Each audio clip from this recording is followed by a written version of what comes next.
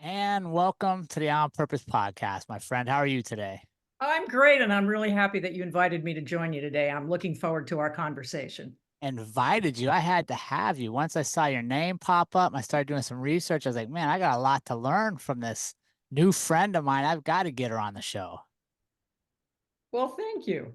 Yeah, I'm excited. And I was telling you off air that one of the things I want to thank you for is opening doors for other people that maybe didn't know what was possible because they hadn't seen anybody that looked like them or was a female like them do it. And when I was researching you and preparing for this, I couldn't help but think about maybe you opened a door for my sister by living your life so courageously. And I want to thank you for that.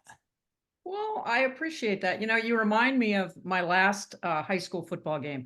I was an official, a football official for 40 years, and I was a referee for 24. Now, you're a football fan. So, how many referees on a football field? One, Very good. Like three people ever answer that right. It's a right? great way to win beer in a bar because most people go, oh, I think they're five or eight or six or whatever. There's one. It's Right. the hat. It's the person that goes, I'm holding 76 offense. Well, my last 24 years of officiating football, I was the referee and crew chief, which meant I was in charge. I kind of like that part. But my very last game was 2019. And I worked an entire game and didn't know there were two young ladies on the visiting team. Oh, wow. No idea. One was a running back, one was an offensive lineman. Okay. Now, normally, a girl would come out and maybe kick, right? Sure. But in this case, these two young ladies were out there. And I was so excited when I heard about it. I asked if I could have my picture taken with them. And Nice. these two young ladies came over and I put my arms around them. It is one of my most favorite pictures. And the one little running back looked up at me and she goes, ma'am, you know why we play football? I said, no. She said, so that other girls know they can play too. And Awesome. I cried. I cried.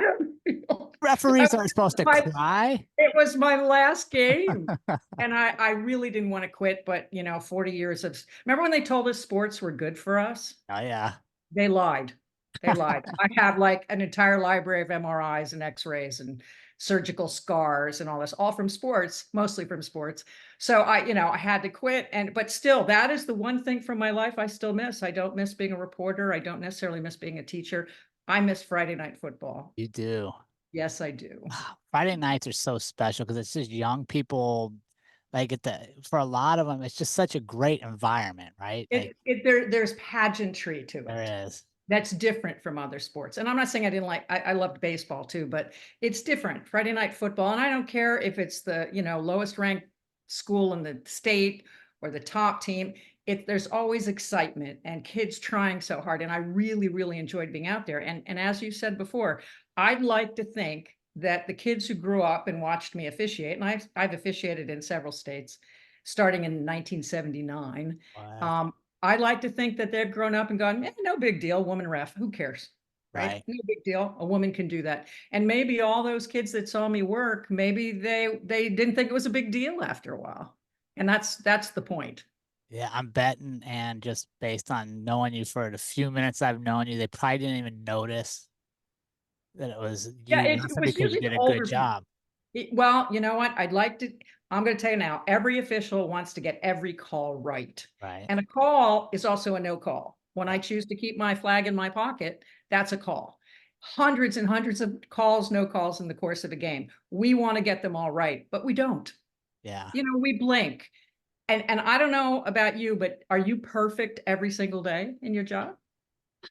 Sadly, no. You don't have to answer that. But we Not do not really. want to make a mistake because the bottom line is we get called on it. Sure. If I do something, my boss calls me up and said, what were you doing? Why did you make that choice? Why did you do that thing? And I have to explain why. Yeah. And it's my job. So, when you watch the NFL and people say, oh, they're awful. They don't want to be awful. Yeah. They want to be perfect, but it's hard. Sometimes you're hungry. Sometimes you're tired. Sometimes you blink. Yeah. Sometimes someone gets in your way. Sometimes they knock you over. So officiating's one of the toughest things I've ever been involved in. And I officiated 5 sports: football, baseball, ice hockey, soccer, and basketball. I sucked at soccer and basketball. Didn't do them very much, but football and baseball were the ones I loved the best. Yeah. What Yeah. I That's miss it. You do. That's amazing. Let me ask you though, one thing that's always got me about the referee, how come, especially like at the NFL level, the biggest level there, how come they can never, it seems like it's 50-50 if they're going to get the mic to work when they're trying to announce like it's a big call. That's not on them. That's on I what's know. going on in the stadium. I just You think know, it's hilarious. I enjoyed the mic. You I mean, did. look, I was a sportscaster. I've never met a microphone I didn't like. So I enjoyed that part. I mean, let's face it, though, officials probably won't admit this out loud too often. It's performance art. The Sure. bottom line is, were you in the right place to make the call? Did you sell the call? Yeah. Does it look like you're like, yep, incomplete, absolutely incomplete? Yep. Okay, it's performing so that Right. people go, oh, that official is in the right spot. That's what they saw. Let's move on. So that's half the battle. Do you look like an official? Do you move like an official? Do you make a call like an official should? And sadly, that's not always the case. Yeah. The other problem is when you're talking at the pro level, even at the college level, those are some of the finest athletes in the world. The So officials are fast. not the finest athletes of the world. That's why they desperately try to recruit former college players Mm. and to go into officiating because quite honestly, I learned early I couldn't keep up with basketball players. I just Uh-oh. couldn't. Okay, they were boom boom too fast for me. So football's different. I had four other guys out there with me, Yeah. sometimes four mostly, and so we all had sections of the field we covered. We didn't cover everything, which is why it makes me laugh when coaches scream at me when I'm back with the quarterback and there's been a 40-yard pass play and they're yelling at me that somebody down there called interference and I'm protecting the quarterback. I have no idea what happened downfield. I just have to trust my guy that he got it right. Isn't Right. that a good lesson for life though, right? Like a lot of success in life is showing up, being On dressed time. on time, looking like you know what you're doing. Your uniform. I Yeah. mean, there's nothing worse than having a guy show up with a dirty hat and the wrong color t-shirt under his stripes or his umpire uniform. You come and you look like an umpire, like you just got dressed by central casting. And Yeah. I had to learn that really early because every time I walked out on the field, I was a freak.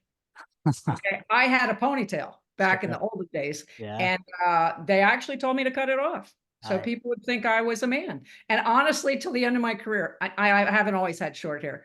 But when I walk off a field and somebody goes, "Hey man, I didn't know the ref was a girl," part of me goes, "Yeah, there you go." And then the woman in me goes, "Crap." You know, I'm All sure I right. want them to think I'm a dude, but you understand there's Yeah, kind of, yeah. Yeah, yeah. you don't want to be the centerpiece of the show, right? Like, No, no, you're if we this do our referee, job, no one notices us. nobody knows you. That's a great game. Mhm. They forgot you were even there. All right. Well, Yep, you came in kind of warm, but I still like to warm my guest up. I like to have a little warm up session to really get us to know some important stuff that goes on behind the scenes. Are you ready for this warm up, Ann? sure. All right, here we go. Coffee or tea? Tea, black, hot. Black hot tea. I Okay. make it with tea leaves in a pot every day. Mm. Don't be messing with my tea. Okay, All I right. buy it by the pound. Okay, I'm sort of like, a crack addict. Maybe got to have my. Well, I'm of Irish extraction, and we drink tea. Though my ancestors would have put milk in it, but I find that abhorrent. So I am a tea drinker. All right. Here we go. Brunch or dinner? Brunch. Brunch. I don't eat breakfast till like 11 o'clock or noon. So that's the great thing about retiring from everyday work. I mean, I'm an author now. I work when I feel like it or when I'm on a deadline. Okay. But I don't have to get up anymore. I hate alarm clocks. I hate the early morning. Okay. I want 8 o'clock's good for me to get up. The 20 years I was a teacher, getting up at 5:30, I was as miserable as my students. They'd come in and be all grumpy. I said, well, so am I, because I don't like things. But because I worked nights most of my life. I mean, I Right. worked in television. You went to work at 3, you got off at 11 or whatever. And Right. all my games were in the afternoon or in the evening for the Yeah. most part. So I am not, I don't get up anymore. And so for me, breakfast is about 11 o'clock in the All morning. right. Well, I have a feeling I know the answer to this one then. Sunrises or sunsets? Sunset. Yeah, I'm not much. You don't want to be around me in the morning. I'm All right. cranky. Reading books or listening to books? Reading, Which reading books. what are you currently reading? What am I current that I just finished a book and just put one on my Kindle and I can't remember what it's called. That's horrible. As an author, I should know what the hell I'm reading. Oh, But I've been behind with a bunch of stuff. I mean, I read the newspaper every day. I'm the old school, still you read the do. I do. I do, and I watch the news. I don't know why. I'm getting to a point where I keep saying, "Stop doing this to yourself. Stop watching, stop reading," but I don't. I'm trying to think of the last book I read. It was a good book. Um, ah, I don't know. Maybe I'll think of it while we're going through Come our back to it. chat. All right. Yeah. Final warm-up question, and Mhm. dogs or cats? I cannot choose because I'll be attacked in my own home by my animals. I have 2 Oh, dogs and 4 cats. what? Six And animals? I've had up to 4 dogs and 7 cats. So, yeah, I don't They we don't they get to let you pick. sleep till 8 o'clock? Well, a couple of the cats are outdoors. One's indoor, outdoor, one's indoors, and yeah, my dog's good. They're fine. They're used to the schedule. So, yeah. All right.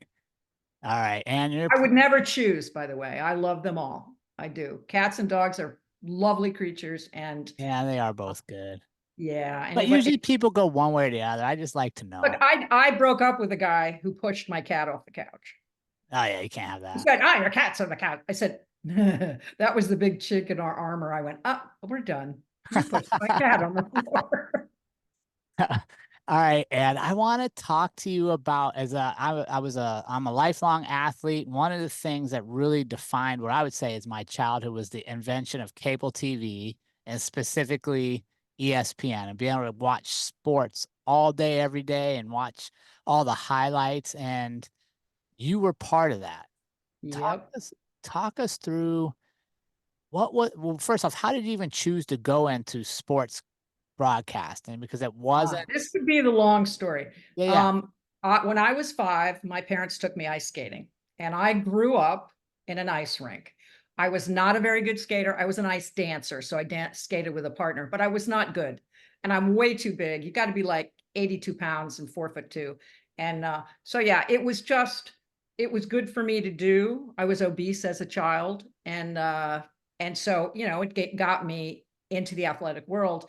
And at the same time, it made me look at the Olympics and go, oh, I want an Olympic gold medal, which was not the least bit realistic. But when you're a kid, you think you're going to be a pro, right? Sure. Everybody's going to play in the major leagues. Everybody's going to be in the NFL. So I grew up loving ice skating, and I grew up loving hockey. Today, I would be a hockey player. But back then, they didn't let me do that because I'm a girl, and then girls didn't play hockey in those days. So I grew up in that world. When I was in high school, I was involved in something called the broadcast crew. And every morning, the first half hour of school was like a homeroom situation. And we broadcast announcements, we did music. It was like a little radio station. Mhm. And one day, one of the hockey players, I was the statistician for the hockey team. One of the hockey players ran up and said, "Hey, would you do this announcement this morning for the team?" I said, "Sure." Because they knew I was on the crew. So I went in, and in the interest of keeping all those stories, all similar stories together, I took all the sports stories out of the basket. I'm getting ready to go on. And all of a sudden, the guys start yelling at me. They said, "You can't read the sports. You're a girl."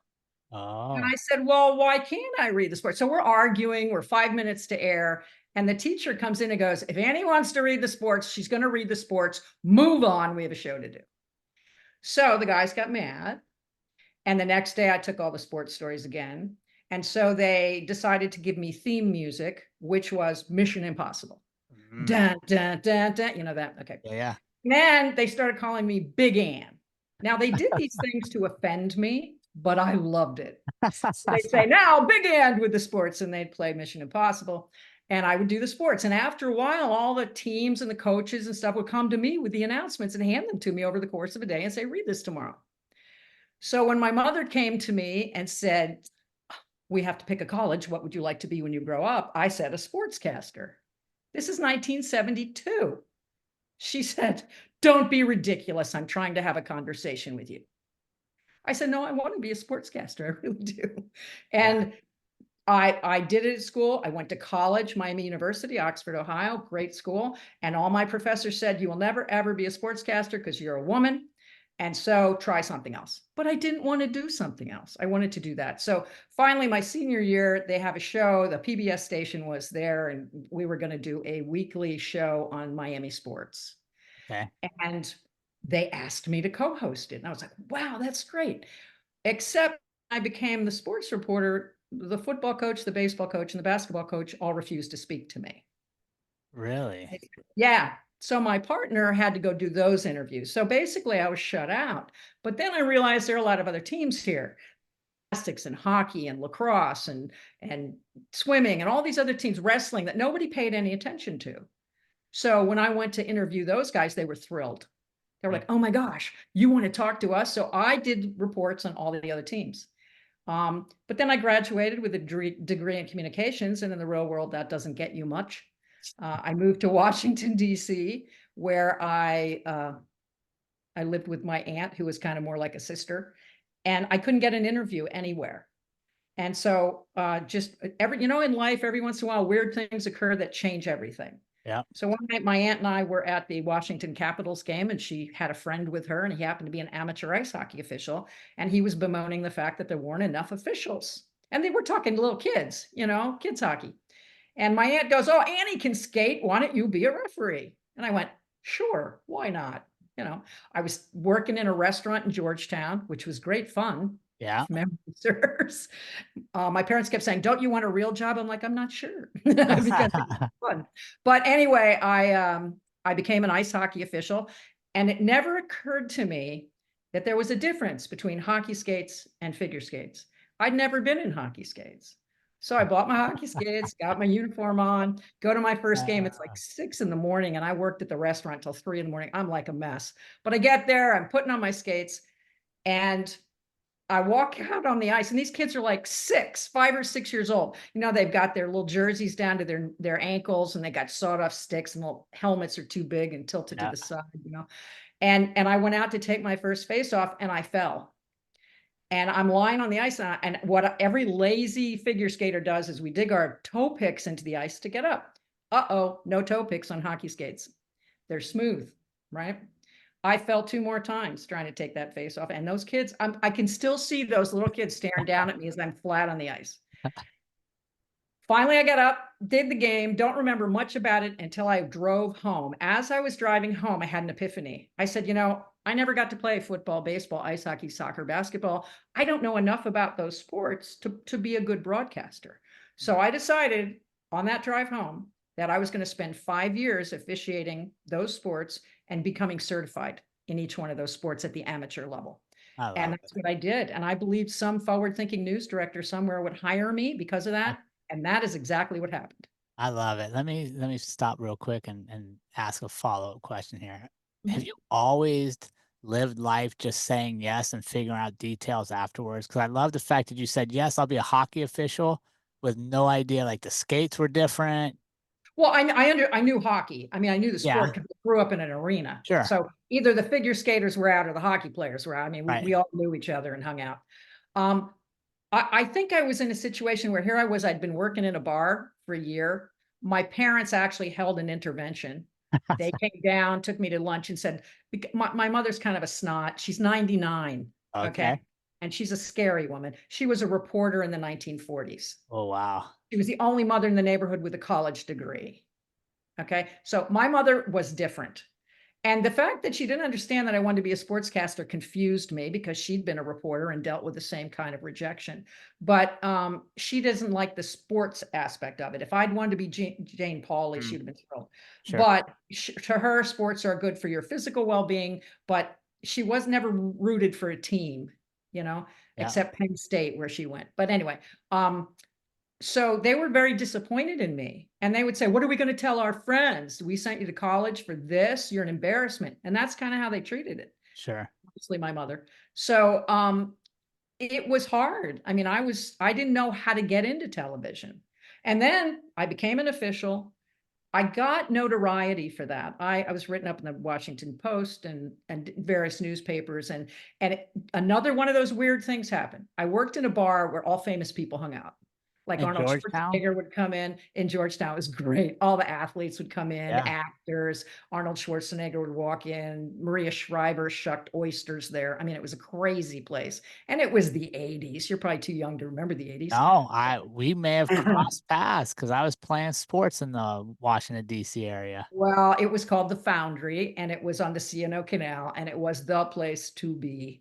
But what happened is there was a couple that worked, I think, at NBC, and they were she was a producer, he was an editor, she was a producer, whatever, and they were doing an hour TV show called Long Shots, and it was about people who were doing one thing but wanted to be something else. So they had a guy who was a truck driver who wanted to be a country western singer. They had a woman who wanted to be a boxer. Women didn't box back then. Yep. And they came up to me one night. I waited on them all the time, and they said, "Hey, we want you to be in our show." I said, "What do you mean?" They said, "You're a waitress. You want to be a sportscaster." I said, "Sure." And they followed me to a baseball game, a hockey game. I used to work with Central Casting to do commercials and stuff. So they set up a modeling shoot. I didn't do that kind of modeling. I did like, they would put me in the hard hat and the belt, the tool belt. I was that kind of model. So they put me on their set and let me do a sports cast. And so I had a 12-minute video showing my life. Mm, Without that, I probably never would have gotten a job, because back then there was no internet. right. You answered ads in the back of Broadcasting magazine, and often you had no idea where your applications were going, because it would say sportscaster, sports reporter wanted, apply to box 37, right? And you'd send your stuff. And I got a call one day. I'm 28 by now. I didn't get my first job till I was 28. And it was Columbus, Georgia. Oh my goodness, which was Fort Benning at the time. Sure. And I grew up in New Jersey. I lived in Washington, D.C. And when I went to Georgia, I didn't understand any of it. I felt like Scotty beamed me like 40 Sure. years earlier. But anyway, they hired me to be their sports director, which meant I anchored the 6 and 11 o'clock news. The bad thing for me was all these years I'd been officiating, I worked in the restaurant to pay my bills. I knew nothing about being on television, certainly not live TV. Sure. And I got there on a Sunday night and they said, "You're going on Wednesday." And it was horrible. It was horrible because I didn't understand how a newsroom worked. I was very fortunate that I had people who were trying to help me, but something as simple as a teleprompter. Now, I don't know. Do you remember what carbon paper is? Oh yeah. Okay, so what we had, because no computers yet, is we had this sheet of paper. There were 6 sheets of paper with Yeah. carbon paper in it, and there was a line directly down the middle of it. Nobody told me that line was an important thing. So I wrote everything I was going to say on the air, just like I'd type on a regular piece of paper. And then someone collected those from me and took them away. They were then divided into 6 sets. One went to the director, one to the producer, one to the other anchor. I was supposed to have a physical copy in my hand, but I didn't know that, so I never picked it up. And one was supposed to go to the teleprompter. I get on there, they're like, "Oh, so nice to have you, first woman sportscaster in Columbus, Georgia." I looked at the teleprompter. Every one of my scripts was cut in half. There was not one single full sentence.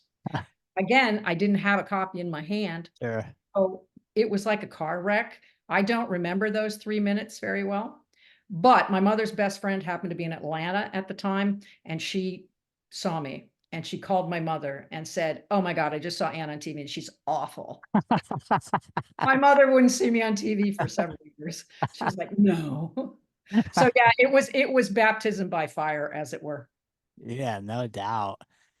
I love though that you just do things, right? You don't overthink it, you don't make it super complicated and spend a ton of time wondering what could go wrong. You get out there and you act. Well, when I was young, I got told no a lot. Not only was I obese, but I was dyslexic, something I didn't find out till I was in my 50s. And so I come from a family of smart people who read but 2 newspapers a day. My brother and sister were always buried in books. I hated to read. Today they'd say, "Oh, maybe she has a reading disability," but Sure. they didn't do that back then. So I got kind of told no a lot. Yeah. And it just perfect example. When I was getting ready to go off to college, I was packing in my room, and my brother, who was 2 years older than me, had been in college for 2 years, and he leaned against the door jamb and he said, "You're too stupid to be in college." He Mm, said, "I bet you flunk out by Christmas. I bet you $20." And I would have rather been hit by a truck and killed than flunk out of college at that point, sure. because I wasn't going to let him win. And you may think I'm terrible for this, but I have more degrees than my brother does today. And I like that. I'm like, "Here's my wall. Where's yours?" Did he ever pay you $20? I don't think he did. No. Ah, we'll have to call him But up. I And give him remember that. 20. So what I've learned is that for me, at least, when you tell me no, Mm. that's a gift because I'm going to prove you wrong. Let me ask you that. Let's, because our community, we're blessed to serve a very diverse community around the world, age differences. Let me ask you something. Tell me a little more about that, about taking negative feedback or somebody that says you can't do something and channeling it to be like a fire to push you. How do you do that? How did you? I am not sure. All I know is that I was told I couldn't be a sportscaster. I was told I couldn't be a referee or an umpire or an official. Right. I was always told, no, you don't fit there. That won't work. And no, honestly, when I'm a weird person in my family. They're all tone deaf, but I can sing. And so they didn't understand me very well. And I got the lead in a local production as a Sure. 15-year-old. And I came home and my mother said, you call that director and you quit. I said, why? She said, well, you don't know how to be leading the play, and I don't want you to embarrass us in front of the town. Yeah. I said, no. I said no to my mother at 15. And I'm surprised she didn't, make me quit. She didn't make me quit. And it turns out I did a really good job. And Yeah. I'll never forget my mother standing in the back of the dressing room as everybody's congratulating everybody. And she was looking at me like she had no idea who I was. None. And so maybe that's where the no started. No, you can't do that thing. Yeah. No, you might embarrass yourself. Have I embarrassed myself? Yes, many times. But the bottom line, it's why it's the same reason we want people to play sports. Okay. We want the kid who doesn't catch the pass that would have scored the game. We want him to get up and go to practice again and play again. Yeah. Because this is what happens in life. Life is about the roller coaster. I used to ask my students, I said, how many of you would like to be happy 24 hours a day for your entire life? And they all raised their hands. I said, then how would you know you were happy? For How would you sure. have any idea if you were always happy? So we need the low parts to appreciate the high parts. And my life's been a roller coaster the whole time, and I've been told no a lot. And honestly, if I care, and I do care, all those things, I did all the things I said I was going to do. Yeah.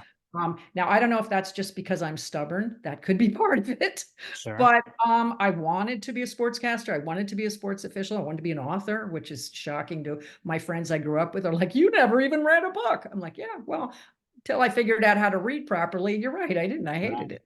So I think that if we all look at no as a gift, that maybe you just use it as something to spur you forward. Okay. And I know some people get held back by it, but I think you just have to convince yourself that, okay, they're telling me why no. Now I've got to figure out why yes. And I Mm, guess that's what I did. I love it. Yeah, that's pretty insightful. Yeah, no, I love that because I think too many times we put too much weight on other people's opinions and other people's Oh, and ideas of what we can and can't do. And like you said, it doesn't have to be easy. It may not be common, but if it's your dream, you owe it to you to pursue it because nobody else can do it for you. right. But there comes a point for all of us, and you're an athlete, so you knew at some point you were never going to be a professional athlete, right? No, what? I'm sorry. Did I just No, blow your dreams? I Yeah. did not have to dang it. Look, it's kind of Yeah, like no, for sure. I've had rotator cuff surgery twice, Yeah, so I'm pretty sure I'm never pitching in the majors. yeah. Yeah, and I'm 69. So probably that's never happening. But at some point, it's like when I realized I was never going to be an Olympic ice skater. Yeah, Okay, somewhere about 14 or 15, maybe 16, I went, that's never happening. yeah, Now, did that mean I was a failure? No, it didn't. It meant I did something, and then my priorities changed. right. I know as a teacher, every other male kid I ran into was going to be a professional athlete. And I'm the last person that would say no, Yep. because I know what that feels like.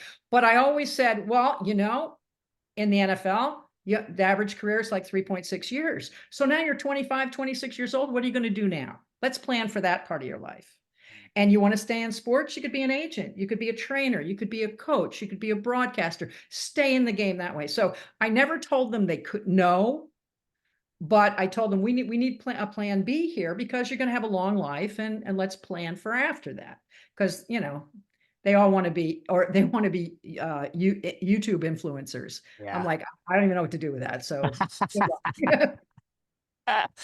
Yeah. All right. Talk to me. you made it to, maybe I'm wrong here, but in my view, the pinnacle of sports reporting, at least in my generation, would be Sports Center. Mhm. It'd be ESPN. Like, you made it there.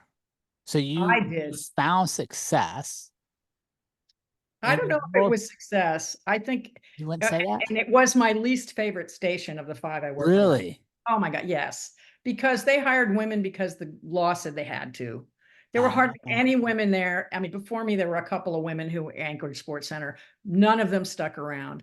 We weren't treated very nicely. so you were before, and I want to try, I should have looked up her name to make sure I got it right. Robin Roberts, I think. Robin and I got hired the same week. Okay. And then there So, was Gail Gardner Gail was first. Gardner.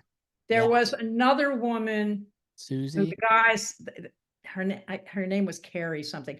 And then there was a maybe 3 women before Sure. me, Okay. I think.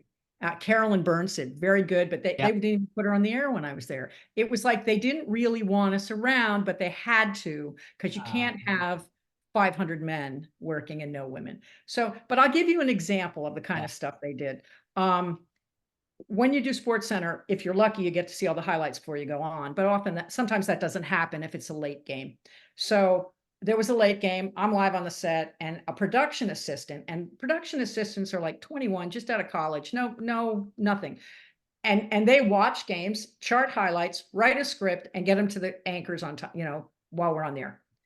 This kid comes sliding in the studio, throws me the highlights, camera light comes on, and I'm taking the fans to, we're at Wrigley Field, okay, where a fan gets hit by a foul tip in the front row. That's what the script said. I said that, knew it was wrong. I knew it was a mistake, but I couldn't fix it. So went through the rest of the highlights, went through the rest of the show. And at the end of Sports Center, there's always what they call a post-mortem. And that's where everybody involved in the show goes to a conference room. We all sit at a big giant table and we discuss what went well, what went poorly, and what can we fix, right? Everybody made their comments, and I raised my hand and I pointed at Rich, who I think that's what his name was, the production assistant. I said, Rich, we need to fix something. I said, that first play, and he goes, yeah, the one where the guy gets hit with a foul ball and foul tip in the front row. I went, yeah, that's wrong. He goes, no, it's not. I said, yes, it is, because a foul ball goes into dead ball territory. A foul tip does not. Mm, Okay. So he goes, yeah. there's no difference. I said, yes, there is. And he goes, and why do you care? I said, because I'm an umpire. Okay. And a foul ball is going out of play. That means you're stealing home. I've got to send you back to third base, right? Because it's a dead ball. But a foul tip, when the umpire does that, right? Yeah. And Yeah. it's the ball that goes from the bat to the catcher's glove and is caught legally, it's a I strike, agree. but it's a live ball. It's live. So the guy in the front row could not have been hit with a foul tip, right? And so Rich looks at me and he goes, you're just nothing but a picky bitch. Oh, what? And I said, no, I'm an umpire. And there's some people that know I'm an umpire, and I don't like to make those kinds of mistakes. Well, Sure. he stormed out, and usually everybody talks at the table. Nobody said a word. No one defended me. It was like they didn't know that was a rule. They didn't know the foul tip and foul ball were two different things. At ESPN, really? Yeah. So the worst part was the next day I got called into my boss's office, who ordered me to apologize to Rich because I hurt his feelings. Crazy. I'm like, really? I have another one. You want another one? Oh, yeah. Although I Uh, loved Sports Center, so now I'm before the questioning it. internet, before the internet, like today, if I have a question, I want to know something about anybody, I just Google it, right? Right. I look up information. We didn't have that, but we had a guy named Howie, right? Howie, I didn't even know who this guy was. He just wandered around the newsroom all the time. Wasn't a director, wasn't a producer. I came to know that he was the sports stat guy, meaning you could ask him anything. You could say, Howie, when was the last time the Jets won in the snow at home by more than 7 points? And he'd go, oh, well, that'd be January. Well, not January. That'd be, November, whatever. And Yeah. he'd know. Yeah. I You know, didn't the have to Jets sit there. don't play in January. They haven't played in January. Yeah, and for years. I'm sorry about that. That's a I shot at should, all the Jets fans out there. Sorry yeah. you don't ever Sorry, play in guys. January. Yeah, I should have said some other team. Anyway, so he gave everybody information. Now, I'm sure he had a book, a room full of books, and could get the information for you quickly. So he's walking by my desk, and it's almost showtime, and I went, "Oh, Howie, I need this piece of information." He looked at me. He gave me the information. I thanked him. He walked away. Next day, I get called into my boss's office. He said, "Why did you say that on the air?" I said, "Say what?" And he said what the information that Howie gave me. And I didn't want to throw Howie under the bus because I thought maybe he just made a mistake, right? And then I turn around and Howie's in the doorway. He goes, "I didn't tell her anything." Oh, So now I can't use the stat guy uh, like everybody else can because he didn't think I belonged there. So it is that kind of thing that made it not fun. sure. How long did you stay at ESPN? I had a 2-year contract. Okay. And then you were ready to go. Well, then, no, not ready to go necessarily, but I was pushing for, let's target audience in sports broadcasting is 18 to 34-year-old males. Okay. Once you're 35, they're not looking at you anymore if you're a girl. So yeah, I suddenly had a real hard time because I was pushing 40. How did you handle that? Right. Like, so Oh my gosh, I was a mess. I was a mess. They didn't renew my contract. I was married to a chef at the time, and our marriage was falling apart. So there was that, and I had nowhere to go. I had nowhere to go. And so a friend said, "Come back to Phoenix," because I'd worked here before I went to ESPN, and I came back here, and I had no money. I had 2 dogs and 4 cats living in my friend's condo, and I went to see my old boss at Channel 10 where I worked here, and he goes, "Give me 3 or 4 months. I'm going to have a job for you." And I went, "Great." So I just partied and had a good time. And then one morning I opened the newspaper and he had been fired, my old Oh, boss, and they didn't hire me. And so I spent quite a bit of time feeling sorry for me. It was ridiculous. If I couldn't be on TV, I didn't want to see anybody I know. I'm probably pretty sure I was depressed. And I was horrified. I couldn't get a job doing anything. I actually went to a sports bar because I worked in a bar for 5 years, yeah. and brand new sports bar, beautiful. I went in, they needed a bartender. And I said, "Hey," I went to the manager. I said, "I can entertain your clients, whether your patrons, whether they're sober or not. I can talk sports with them endlessly." And that guy sat back and he looked me up and down like I was a piece of meat and said, "I don't think so." And I realized he wanted someone in a short skirt and a push-up bra. Sure. And that was 24 and not 38. So I did have one last gig in TV. I worked for the Phoenix Suns, which was great fun. I was their studio host for 2 years. Um, and that was in the Charles Barkley days and all that. So it Okay. was a lot of fun, but that was part-time. Yeah. That was, just during the NBA season. And then after that, I never got a job in TV again. And I couldn't, the only skills I had that anybody would pay for was officiating. So I went from ESPN like to officiating Pop Warner football and Little League baseball. I didn't want to see anybody I knew. Mm, I felt so sorry for me, like, oh, what am I going to tell them? What am I going to say when they ask me, "What are you doing now?" And then yeah. I was in the grocery store one day and some guy walked up to me. He goes, "Didn't you used to be somebody?"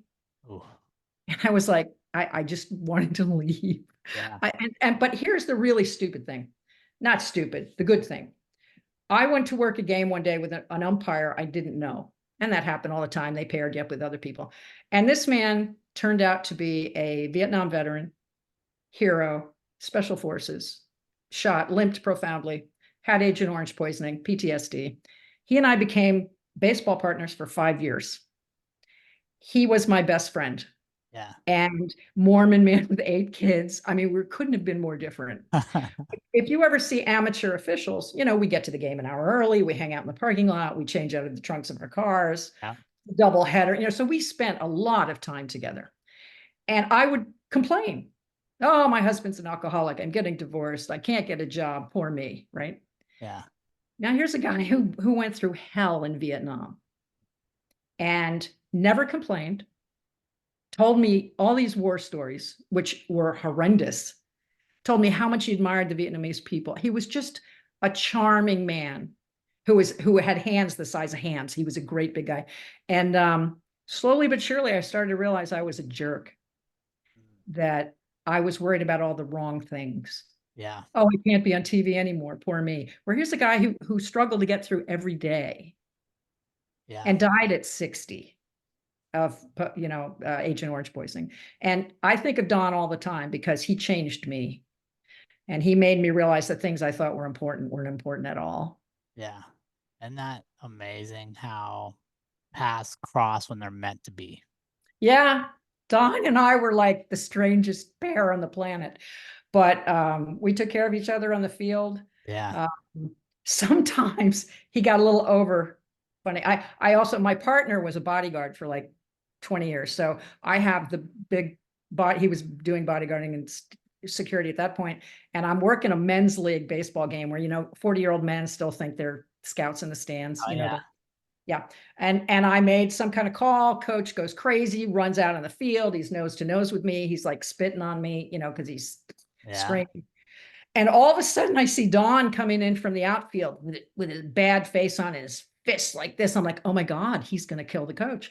And I turn around, and my boyfriend is got his fingers like this in the screen because he thinks the coach is going to attack me. And Yeah. I'm like, oh crap, it's my job to protect me out here, not theirs. And I'm like, no, coach, you got to back away. And I'm like, Don, stop. Ryan, no, go over there. And I'm like, coach, you got to get off the field now. All I could see was blood on the infield. Yeah. And it's funny because the coach kept screaming and then something made him stop. And he looked at Don and he looked at Ryan and he turned around and went right back to the dugout. And I went, really, I can take care of myself, guys. It's okay. It's all right.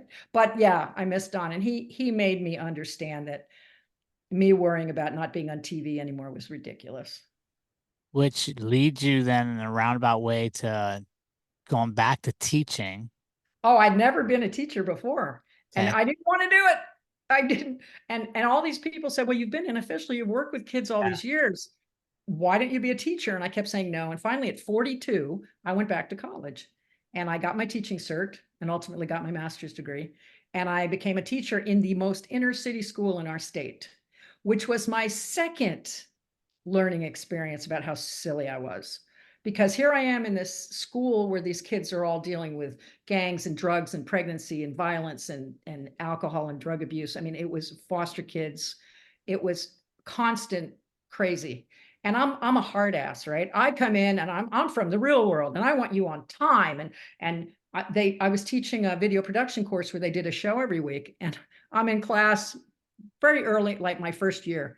And I was giving the kids a lot of crap. Like, you missed your deadline. You didn't do this. The show is shit. I didn't say that really, but Yeah. you know what I mean. Yeah. And one little girl stood up in class. She goes, we don't need you. I said, excuse me. Every one of those kids filed out of my classroom. They all left. Yeah. I'm standing in front of an empty classroom and I cried. And this little teacher came in. She'd been teaching 40 years and Yeah. she patted me on the shoulder. She goes, it'll be okay. I'm like, no, they left. Then one other thing happened. A teacher came up to me who I was working with, and she said, have you ever considered being nicer? Like, nicer? There's no nice in the newsroom. There's no nice on the football field. What do you mean nicer? I'm trying to get them ready for life. They Yeah. got to be in time. She said, they're kids. Yeah. And I had that in my head a little bit later, and I took a kid out of class. He was late every single day. I'm like, you can't be late. You'll never hold a job. This is not how it works. You got to be here when school starts. And he looked at the ground and then he looked at me and said, I'm so sorry, Miss Montgomery, but I had to sleep on my uncle's couch last night and I didn't know the bus system from his house. I said, why were you sleeping on your uncle's couch? He said, well, I never know where I'm sleeping. And my brain went, oh crap, the kid's homeless. Yeah. And I changed again. Yeah. I realized that, a lot of people want to think that it only matters that kids learn subjects in school, science, English, math, history, whatever. But if the kid's hungry, what are Mm. they going to learn? The kid's Sure. hungry, homework wasn't important. Right. If the kid's homeless, if the kid's being beaten up, if the kid's being neglected. So I made it my job to find out what was happening with every student I had, if I could. I probably missed a few, but I tried so Yeah. that I could find out how to help them. Mm. And that was my second understanding that my TV life was so unimportant in the grand scheme. And I thought that I would teach for a year or two and go right back to TV. I ended up teaching that school for 20 years. 20 years. What do you think? What would you say they taught you? The students taught you? Oh, it taught me to be nicer. I'm a lot nicer now than I used to be. Um, they taught me to try to be patient, which I'm not good at. Sure. Um, The other weird thing is I couldn't have any children of my own, and that bothered me for a while. And then I gave up on that idea. And then at the end of every school year, even though they tell you not to do this, I put my phone number on the board so that because my kids, 10 weeks of summer, some of them didn't come back. For You know, sure. a lot of them didn't come back. Lots kids died in our school. Kids were shot. I mean, kids died. So I said, if you're in trouble, call me and I'll do what I can to help you. And one summer, I got a call from a kid who I barely knew. I had him one semester. And he, long story short, he ended up in foster care. And he called me and said, Miss Montgomery, I'm hungry. I said, what do you mean you're hungry? He said, well, they lock up the food in the morning in the group home, and then they haven't gotten the paperwork at my new high school, so they won't feed me lunch. And I was so pissed. I was so glad there weren't other kids in my classroom at the time because I'm swearing like a sailor up and down the hall. And the teacher who told me that I could be nicer came out and she said, oh, well, if you're so upset, why don't you call the foster care people and say he can live with you? I said, don't be ridiculous. I'm 55 years old. I've never been a mother. Right. And she said, well, then stop complaining. And I went, ah. And I called foster care. And because I was a teacher, my fingerprints were already on file and my background checks were in. 2 weeks later, this child was deposited on my doorstep. And I have 4 foster children. And I'm a grandma today. Oh, I love it. Yeah. So even though they're all grown up and they're all in their 20s, 2 were legal foster children. 2 were kids who one was homeless and one Sure. decided I was mom. But they were all my students at some point. And yeah, now I've got a grandson who's 6. So I mean, if I'd stayed in TV, I would never been a teacher and Yeah. I would never be a mom or a grandma. So life is very strange. So I'm thinking when you have those zigzags in your life, just take them. You never Yeah. know what's going to happen. We plan our lives, but please don't be too upset if the plan diverges somehow.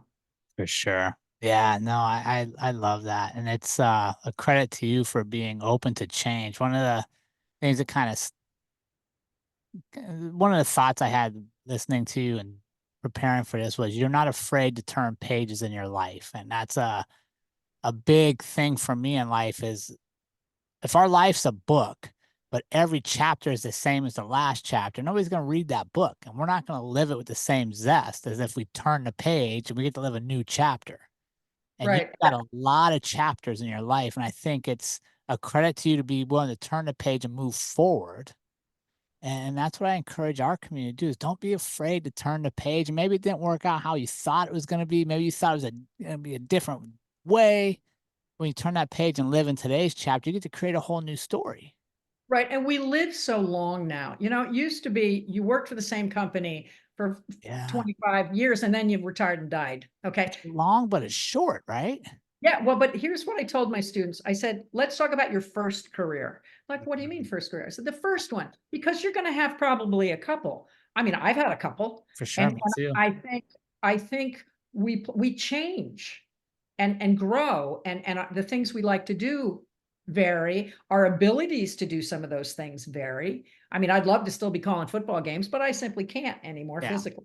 So I think we should be transitioning to new things or life's going to be boring, and honestly to me boredom is the worst thing that can happen pretty much. Yeah.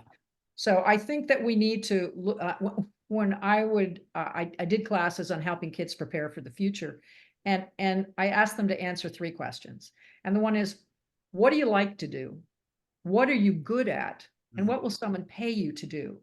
Mm. And then when we could get through that conversation, I said, let's figure out how we're going to get you there. So if they say, I love to play football, like the example I gave before, well, maybe you're not going to always play football. And even if you're a great football player, you might break your leg and never be able to play again. So we need to have some other options out ahead so that you can Yeah. just transition into other things. But I Uh, liked how you gave them segues to stay involved in the game they love without having to be a player, right? Because you're absolutely yeah. right. There's a lot of ways to make a living associated with football without actually being in an Or NFL. sports, you could be an attorney, sports attorney. There's all kinds of jobs in the sports world that you don't have to be a player.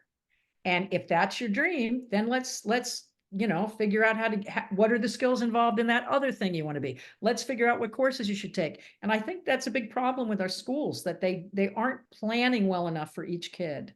We try to Say, okay, everyone's going to do STEM now, science, technology, engineering, and math, but not everybody's wired that way. I would have been horrible in those careers. So I'd like to think we can, if we had enough teachers and counselors and everything, that we could take each kid and figure out, give them a plan that says, okay, 10 years from now, what do you want your life to look like? Now let's get you there. And that was what I tried to do all the time. Did it always work? No, but I tried. Yeah, and that's all you can do, right? Is at least put in the effort. Yeah, that's fast. Talk to me. So, what made you decide to start writing books? Because that's kind of where you're spending time now, is momming, grandmothering, and writing. Yeah, when people may not understand that the number one skill to be a sports reporter is writing. And they think someone hands us our scripts. No, you write your own stories. And even if you're an anchor, I wrote all my own stuff. When I did Sports Center, they would split all, here's 15 stories for you, here's 15 stories for your co-anchor, and you had to write them. Mm. So you have to be a writer. Now, I'm writing for TV, which means maybe I'm writing for a 20-second read or a minute and a half package I put together. So Sure. they're short stories. When I got out of TV, I became a print reporter. I worked for 3 newspapers and 3 magazines. So now I have a longer, a bigger space to fill. I can do 2,000 words, in a magazine article, or 500 or 600 in a newspaper. So my stories just got longer. The jump to novels, it's just a longer story. Yeah. So, and honestly, I didn't know I was a good writer. I, I never occurred to me until I got hired at ESPN. My boss met me, and I said, I have to ask you, why did you hire me? He said, because you're a good writer. So I'm like, huh, that's something no one had ever said to me in my life. So maybe if he hadn't done that, I wouldn't have ended up writing books. Sure. But the ironic thing is I don't write about sports. Right. None of my books are sports books. I write about social issues and environmental problems and archaeological looting and post-traumatic stress and rape and domestic violence. Yeah. And mostly because these are the things my students suffered from, cults, kids in cults. And so I write about societal issues and in fictional form. Sure. So yeah, people are always surprised. Why don't you write sports? I don't want to. Yeah. I Again, don't. it's turning that page, right? You've done that for so much of your life. Right. What do you what do you enjoy about writing? Like, what does that do for you? Oh, telling stories. When I'm not having a great day and I'm bored, I go write it. I blog every week. So I Okay. write an article every week. And as an author, I'm kind of required to do that by my publishers. And I'm supposed to write about writing, being an author, or my books. But I write about whatever I want because I was a reporter, Yeah. right? So I write funny stories sometimes. I write, serious stories. I I make myself write an article every week. And I enjoy that. And if I'm cranky or something or not having a great day, it gets me out of that part of my day and puts me more focused on creating something. Mm. So I love to write. I love the research aspect of it. Most of the things I write require a great deal of research, especially when you write historical fiction. I have 2 Sure. of those. Um, so I enjoy the research. I'm still a reporter in my head. Yeah. I question everything, and I suppose I'm grateful for that because I have endless curiosity. Mm. I want to know about things, and the internet, to me, I grew up without the internet. Yeah. That I can constantly find answers to things is fascinating. Now, do I find the right answers? I taught this. I taught how to prove something's true. Okay, this is important. Yeah. And so I work really hard to make sure I get everything correct, just like a reporter should be doing. Right. So yeah, I find writing exciting, and also when you do a book, I like to go out and meet people. So I wrote a book about, we have a wild horse problem here. We have too many wild horses and too many humans encroaching on their areas, and they're getting hit by cars and people are shooting them. And cattlemen don't like them because they're eating the forage that the cattle want. So I didn't know anything about cattle ranching. So I called up a cattle rancher and said, hey, I'm writing a book. And he said, come on out. And so I got to spend part of my day at the cattle ranch, and guy turned out to be a beekeeper. So I put a cattle rancher with a beekeeper in my book. Yeah. So I get to go out Hmm. and interview people. And I like that. And you'd be surprised, almost no one says no. They're like, Oh, yeah, come sure. over. Yeah, come on over. Do you find similarities then? Because hearing you talk about researching your information for historical books is a lot like sports research and the statistics behind It's the the game. same, because you have to get it right. Right. And I'll give you a perfect example. I have a book coming out in June called Your Forgotten Sons.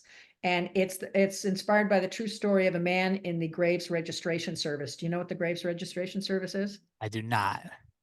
Okay, you know how we watch movies and read books about World War II or Vietnam or whatever, and we can see planes falling from the sky and people shooting each other. Well, what happens the next day with all the dead guys? Yeah, We have a Graves Registration Service and have since the Civil War, I think, probably even Revolutionary War, probably. probably. Someone has to locate the bodies, Uh, identify the bodies, bury the bodies. okay. That's how why we have 80 American cemeteries all around the world, in Asia, in Europe, that were built by the Graves registration guys. Mm, So, but think about that. Think about, and the man that I wrote about, I had his letters. His family gave me his letters. He never came home. But I followed him from London to Normandy to the Battle of the Bulge. He was with Patton in Czechoslovakia. He was in Luxembourg. And so I followed him by the postmarks on his letters. And it was heartbreaking. Absolutely. Because think about what these guys liberated some of the yeah, concentration camps, not liberated them, but went after they were right. liberated because someone has to pick up the bodies. And sometimes there's just a foot. Mm, How do you determine whose foot that is? And that's the kind of stuff they had to do. Think about how horrible that job is. And have you ever seen anybody even mention them in a movie or a book? no. One book called Crosses in the Wind that that was written by a man who had been a captain in the Graves Registration Service in World War II. And he became a lieutenant colonel. And that's where I got a lot of the stories from. I'll give you one of them. 6 weeks after Normandy, they've still got, you know what a Higgins boat is? You know, No. the ones where they have like 80 guys, think Saving Oh, Private, sure. Yeah. and they drop it and all the guys run out, right? Yeah. And it was horrible. They were like made of plywood and they got hit all the time. So apparently one of the Higgins boats had been hit and flipped over just off the beach in Normandy, and there were still bodies under it. And so these guys in the Graves Registration Service had to strip down to their skivvies, go out in the Higgins boats, and go try to collect the pieces 6 weeks later. Uh, Think about this. No scuba tanks. No, no. I mean they're in 8 feet of water, but this is they had to figure out how to do this and still come home relatively normal. And it was the most difficult book I've ever written. It really is. But I dedicated it to those who've served in the Graves Registration Service because they never get any accolades ever. No. And if you could read the letters that Bud sent home, you could see him falling, Mm, through what was and he had problems at home. Did you ever hear of an allotment Annie? no. Okay, there were women during World War II who married a whole bunch of soldiers at the same time. Oh gosh. Just to get their That allotments. just to get their paycheck. Now for them it was $20 a week, but that's like $360 today. Yeah. It's a lot of money. And if the guy died, you got a $10,000 check from the Mm, government. So they caught one woman. They only caught one woman, I think. And she was married to 6 sailors at the same time. They only caught her because 2 of them were in Australia standing next to each other in a bar showing pictures of their wives. ah, The same woman. So she was tried and put in prison for 18 months or something. But the military knew it was a problem because they actually made videos that the guys had to watch saying, you have to be careful because this is what some women will do. Some of these guys are naive kids from yeah. farm Iowa. They didn't know. Right. So I am fairly certain that the man I wrote about was married to one of these women. Mm. And it was just horrible, And this horrible. book's coming out in June. It's coming out June 6th, the 80th anniversary of D-Day. Oh, fantastic. And Yeah. it's been a pleasure having you on the show this week. I love your energy. I love your stories. Where can our audience follow you to stay engaged and become part of your community? Yeah, I have a website, AnneMontgomeryWriter.com, and it's Anne with an E. So it's AnneMontgomeryWriter.com. All my books are there, my blogs, podcasts, all kinds of things. You write weekly blogs. Yes, I do. I love it. It's And fun. thanks so much for joining us. It's been an honor to have you on the show. Well, thank you. I really appreciate you having me.